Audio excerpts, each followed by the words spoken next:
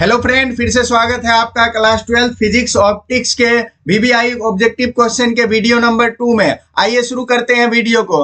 पहला क्वेश्चन कह रहा है कि वस्तु से बड़ा आभासी प्रतिबिंब बनाता है।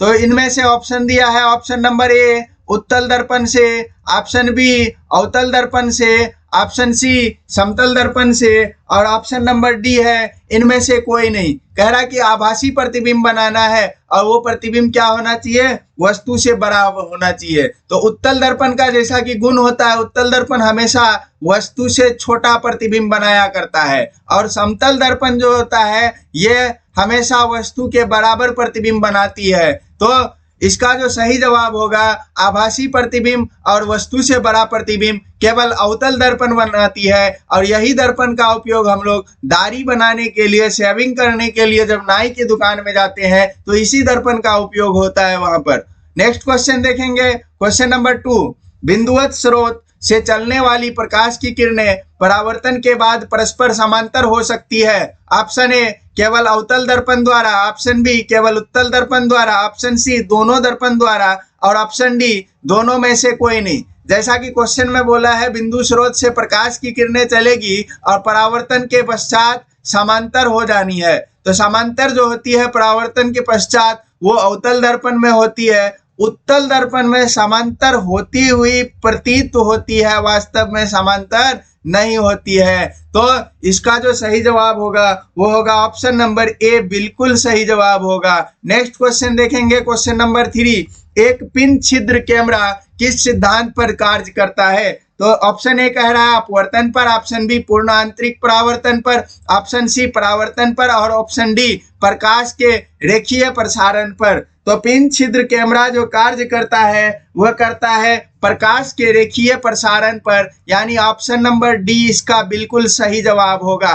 नेक्स्ट क्वेश्चन देखेंगे, क्वेश्चन नंबर 4। एक माध्यम से दूसरे माध्यम में जाने पर प्रकाश की किरण मुड़ जाती है, किरण के मुड़ने को कहा जाता है। ऑप्शन ए व्यतिकरण, ऑप्शन बी वर्ण विक्षेपण, ऑप्शन सी अपवर्तन और ऑप्शन डी परावर्तन। तो जब प्रकाश की किरण एक माध्यम से दूसरे माध्यम में जाती है और वह मुड़ जाती है तो इस घटना को प्रकाश का अपवर्तन कहा जाता है। ऑप्शन नंबर सी इसका बिल्कुल सही जवाब हो जाएगा। नेक्स्ट क्वेश्चन देखेंगे, क्वेश्चन नंबर 5। जब एक वर्णीय प्रकाश निर्वात से किसी पदार्थिक माध्यम में जाता है तो प्रकाश पुंज का कौन सा अभिलाक्षणिक गुण नहीं बदलता है? कह रहा प्रकाश की किरण है जो एक वर्णीय है, एक माध्यम से दूसरे माध्यम में जा रहा है, तो कह रहा है कि कौन सा गुण नहीं बदलेगा? ऑप्शन ए वेग, ऑप्शन बी तीव्रता, ऑप्शन सी तरंगदैर्घ्य, ऑप्शन डी आवृत्ति। जब प्रकाश की किरण एक माध्यम से दूसरे माध्यम में जाती है तो उसका वेग परिवर्तित हो जाती है और वेग परिवर्तन से तीव्रता और तरंगदैर्घ्य दोनों में परिवर्तन आने लगता है, लेकिन उस प्रकाश की किरण का आवृत्ति कभी भी परिवर्तित नहीं होती है। ऑप्शन नंबर डी इसका बिल्कुल सही जवाब हो जाएगा। नेक्स्ट क्वेश्चन देखेंगे, क्वेश्चन नंबर 6। यदि कांच वायु का क्रांतिक कोण थीटा हो तो वायु के सापेक्ष कांच का अपवर्तनांक होगा। तो वायु के सापेक्ष कांच का अपवर्तनांक क्रांतिक कोण दिया है थीटा, थीटा बराबर साइन इनवर्स म्यू हुआ करता है, यानी साइन थीटा बराबर म्यू। लेकिन यहाँ पर देखिए वायु के सापेक्ष कांच का अपवर्तनांक पूछा है तो ये उल्टा हो जाएगा, यानी कोसेक थीटा बन जाएगा बराबर म्यू। तो इसका जो सही जवाब होगा वो होगा ऑप्शन नंबर बी, बिल्कुल सही जवाब होगा। नेक्स्ट क्वेश्चन देखेंगे, क्वेश्चन नंबर 7। एक पतले प्रिज्म जिसका अपवर्तनांक म्यू है का न्यूनतम विचलन कौन होगा? Option A 1 minus mu into A, option B mu minus 1 into A, option C mu plus 1 into A, option D mu plus 1 into A square.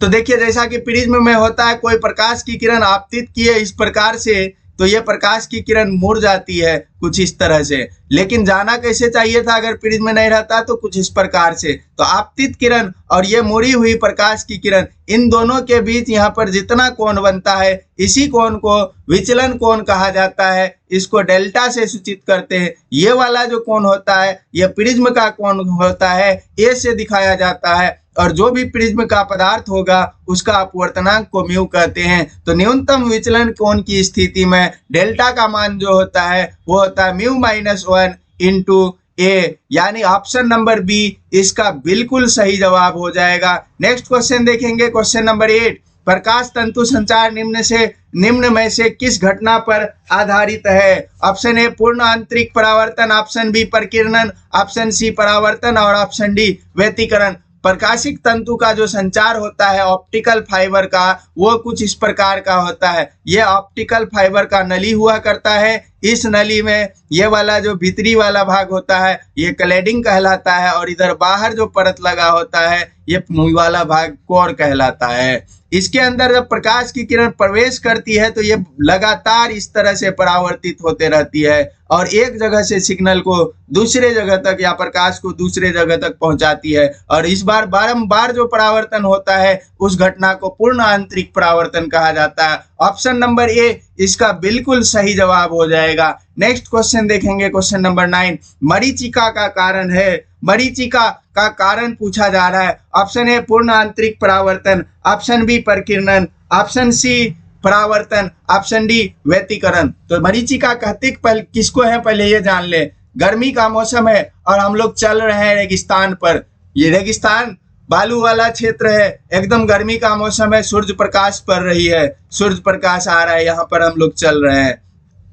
सामने देखने पर ऐसा आभास होता है कि सामने पानी है, लेकिन जब वहां पहुंचते हैं तो वहां पानी नहीं नजर आता है, फिर कुछ दूरी पर पानी दिखाई देने लगता है। यही घटना को मरीचिका कहते हैं, और इसका कारण होता है वायुमंडल का जो निचला वाला भाग होता है यह ज्यादा गर्म हो जाता है, इसका अपवर्तनांक कम हो जाता है ऊपरी भाग की तुलना में, और यहाँ से पूर्ण आंतरिक परावर्तन की घटना होने लगती है। इसीलिए कुछ दूरी पर पानी का आभास होता है। यानी मरीचिका का जो कारण होता है वो होता है पूर्ण आंतरिक परावर्तन। नेक्स्ट क्वेश्चन देखेंगे, क्वेश्चन नंबर 10। हीरा का अपवर्तनांक होता है option A 1, option B 1.5, option C 2.42 और ऑप्शन डी 4.14। तो हीरा का जो अपवर्तनांक होता है वो होता है 2.42, यानी ऑप्शन नंबर सी बिल्कुल सही जवाब होगा। तो वीडियो कैसा लगा कमेंट करके बताइए। वीडियो अच्छा लगा हो तो वीडियो को लाइक करें, कमेंट करें, अपने दोस्तों तक शेयर करें, और हाँ चैनल को सब्सक्राइब करना बिल्कुल ना भूलें। आप अगर हमारे व्हाट्सएप ग्रुप से जुड़ना चाहते हैं तो व्हाट्सएप नंबर